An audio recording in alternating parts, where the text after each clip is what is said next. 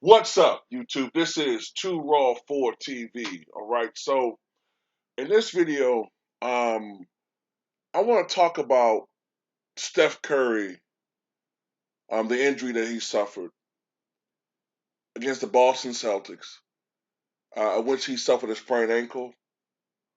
And according to reports, he will be out indefinitely and will be reevaluated in 2 weeks, which would be right around the beginning of April.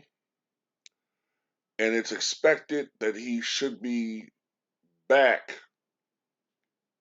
I'm thinking sometime in mid-April, which should be right around the time playoffs start cranking up, a little bit just right before that, or maybe going into the latter part of April, which is when the playoffs will be cranking up. All right. Now I know a lot of people are saying it's over, it's doom and gloom, all that type of shit.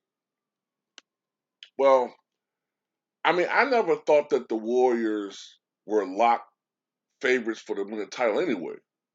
I mean, maybe you could have made that assumption earlier this year when they were 18-2. But now, I mean, what are we looking at? Are we talking about the Warriors making a run to the Western Conference Finals, to the semis? Um, do you expect them to get knocked out in the first round without Steph? This is my thing, and I said this in a video yesterday. I think it was yesterday, and I see Stephen A. Smith was kind of agreeing with what I was saying. Not that he saw my video, but I think that temporarily Jordan Poole should give them a boost. Okay. Um, he's played very well this year. I'm not saying you replace Steph Curry, but I don't see why it's impossible if you have a team with Jordan Poole, Andre Wiggins, Klay Thompson. Let's just say Klay starts to get a little bit more comfortable out there and he becomes a little bit less, let's say he's still streaky, but a little bit more consistent offensively. Not still, what he once was, but just say he starts playing a little bit better. Then you have Draymond Green out there, and this starting unit gets, some chemistry with them. They get some chemistry, and going into the playoffs, maybe,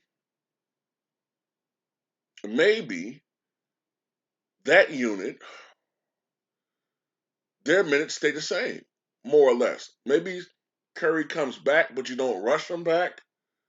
Um, maybe you put him back in the lineup. I mean, she's Steph Curry, but if you got these other guys going, do you just take Poole out and then put him on the bench, and then he's acclimated to being the starting lineup, and then you put him back on the bench, and it kind of messes up the chemistry of the team.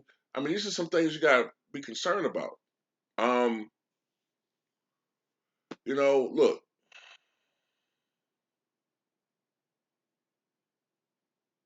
I think one of the mistakes that Golden State made in 2016 was rushing Curry back.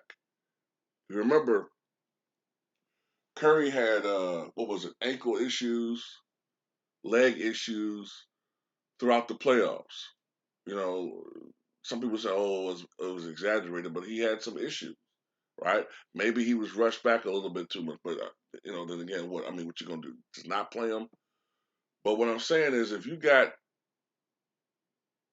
a guy like, let's just say, for the sake of argument, they fall down to the 4th seed, but they're playing good basketball.